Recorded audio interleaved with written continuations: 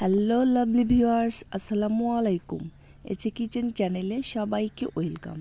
আজকে খুব সহজে ডিম দিয়ে লাউ রান্না করে দেখাবো। আশা করছি আপনাদের অনেক অনেক ভালো লাগবে। তাহলে চলুন রেসিপিটি দেখে নিচ্ছি। আজকে রেসিপির জন্য আমি এখানে একটি বাটিতে 2টা ডিম ভেঙে নিয়েছি। এখন ডিমটাকে ফেটিয়ে নেব। তার জন্য প্রথমে দিয়ে দিচ্ছি সামান্য লবণ আর দিয়ে দিচ্ছি সামান্য হলুদের গুঁড়ো। এখানে কিছু ধনিয়া পাতা কুচি দিয়ে দিচ্ছি। এখন একটি কাঁটা চামচ দিয়ে আমি ডিমটাকে ভালো করে ফেটিয়ে নিচ্ছি। তো এই দেখুন, আমি ডিমটাকে ভালো করে ফেটিয়ে নিলাম। তো ডিমটা ফেটানো হয়ে গেছে। এখন ডিমটা এক সাইডে রেখে দিচ্ছি। আমি এখানে একটি মিডিয়াম সাইজের লাউ এভাবে ছোট ছোট করে কেটে নিয়েছি। লাউটা কেটে ভালো করে ধুয়ে নিয়েছি। তো চলুন মূল রান্নায় চলে যাই। চুলায় একটি প্যান বসিয়েছি। এখন এখানে দিয়ে দিচ্ছি 2 টেবিল চামচ রান্নার তেল। তো তেলটা গরম হয়ে গেছে। এখন এখানে দিয়ে দিচ্ছি ডিমের মিশ্রণ। তো ডিমের মিশ্রণটি দিয়ে এভাবে কিছুক্ষণ রেখে দেব ডিমটাকে সেট হওয়ার জন্য। তারপর ডিমটাকে উল্টে পাল্টে আমি এভাবে ছোট ছোট করে কেটে নিচ্ছি। তো এখন আমি চুলাটাকে বন্ধ করে দিলাম। চুলাটা বন্ধ করে ডিমটাকে ছোট ছোট করে কেটে নিচ্ছি। এই সময় চুলাটা জ্বালানো থাকলে ডিমটা শক্ত হয়ে যাবে। তার জন্য আমি চুলাটা বন্ধ করে দিয়েছি। এখন ডিমটাকে ছোট ছোট করে কেটে নিচ্ছি। তো এই দেখুন, ডিমটা কাটা হয়ে গেছে। এখন চুলাটা অন করে আমি একটু এভাবে নেড়ে চেড়ে ডিমটাকে ভেজে নিচ্ছি। তো এই দেখুন, ডিমটা ভাজা হয়ে গেছে। এখন চুলা থেকে নামিয়ে নিচ্ছি। চুলায় অন্য একটি প্যান বসিয়েছি। এখন এখানে দিয়ে দিলাম 2 টেবিল চামচ রান্নার তেল। তো তেলটা গরম হয়ে গেছে। এখন এখানে দিয়ে দিচ্ছি 2টি পেঁয়াজ কুচি। এখন এই পেঁয়াজটাকে হালকা ব্রাউন কালার করে ভেজে নিচ্ছি। তো এই দেখুন, পেঁয়াজটাকে ব্রাউন কালার করে ভেজে নিলাম। তো পেঁয়াজটা ভাজা হয়ে গেছে। এখন এখানে বাটা মশলা দিয়ে দিচ্ছি। তার জন্য নিয়েছি কাঁচামরিচ বাটা 1 চা চামচ, রসুন বাটা 1 চা চামচ, জিরা বাটা সবগুলোই দিয়ে দিচ্ছি। আমি এখানে মরিচটাকে ভেজে তারপর শিলপাটায় বেটে নিয়েছি। ঝালটা আপনারা আপনাদের পরিমাণ মতো দিয়ে দেবেন। এখন এই পেঁয়াজের সাথে বাটা মশলাটাকে কিছুক্ষণ ভেজে নিচ্ছি।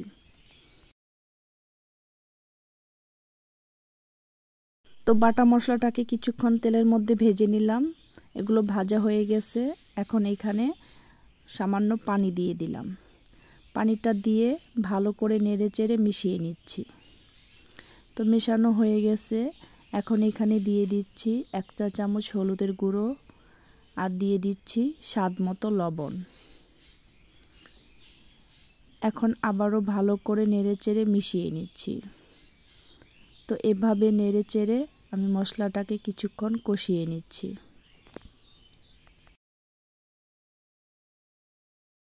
মশলাটা কষানো হয়ে গেছে। এখন এখানে দিয়ে দিচ্ছি বড় সাইজের একটি টমেটো কুচি। তো টমেটোটা দিয়ে ভালো করে মশলার সাথে নেড়ে চেড়ে মিশিয়ে নিচ্ছি। তো মেশানো হয়ে গেছে। এখন মশলাটাকে আরও ভালো করে কষানোর জন্য আমি এখানে আরও একটু পানি দিয়ে দিচ্ছি। তখন পানিটা দিয়ে আবারও ভালো করে নেড়ে চেড়ে মিশিয়ে নিচ্ছি। তো এভাবে নেড়ে চেড়ে মশলাটাকে আরও কিছুক্ষণ কষিয়ে নিচ্ছি। তো এই দেখুন, মশলাটা কষানো হয়ে গেছে। এখন এখানে লাউ দিয়ে দিচ্ছি।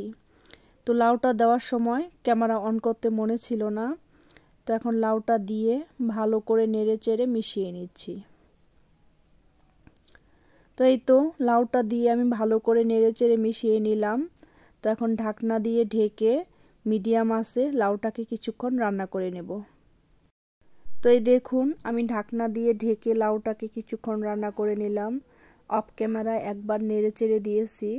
তো আপনারা এই লাউ রান্নায় একদম কচি লাউ দিয়ে এই রান্নাটা করবেন, তাহলে এর আসল স্বাদটা পাবেন। তো এই লাউটাকে আমি আরও ততক্ষণ পর্যন্ত রান্না করব যতক্ষণ পর্যন্ত না লাউটা ভালো করে সেদ্ধ হচ্ছে। তো এখন চুলার আঁচটা মিডিয়াম আঁচে ঢাকনা দিয়ে ঢেকে আরও কিছুক্ষণ রান্না করে নিচ্ছি। তো এই দেখুন আমি লাউটাকে ঢাকনা দিয়ে ঢেকে বেশ কিছুক্ষণ রান্না করে নিলাম। তো লাউটা সেদ্ধ হয়ে গেছে, এখন একটু নেড়ে চেড়ে নিচ্ছি। তো আমি লাউটাকে ভালো করে নেড়ে চেড়ে নিলাম। এখন এখানে ঝোলের জন্য পানি দিয়ে দিচ্ছি। যেহেতু লাউটা সেদ্ধ হয়ে গেছে, এখানে আমি 1 কাপ ঝোলের পানি দিয়ে দিলাম। তো এখন আবারও ভালো করে একটু নেড়ে চেড়ে নিচ্ছি। এখন ঢাকনা দিয়ে ঢেকে লাউটাকে একটা বলক তুলে নিচ্ছি। তো এই দেখুন তরকারিটা বলক চলে আসছে। এখন এখানে দিয়ে দিচ্ছি ভেজে রাখা ডিম। তো ডিমটা দিয়ে আবারও একটু নেড়ে চেড়ে মিশিয়ে নিচ্ছি। তো আমি তরকারিটাকে ভালো করে নেড়ে চেড়ে মিশিয়ে নিলাম। এখন ঢাকনা দিয়ে ঢেকে আরও কিছুক্ষণ রান্না করে নেব। তো আমি ঢাকনা দিয়ে ঢেকে আরও 3-4 মিনিট রান্না করে নিলাম। তো রান্নাটা প্রায় হয়ে গেছে। এখন এখানে দিয়ে দিচ্ছি কিছু ধনিয়া পাতা কুচি।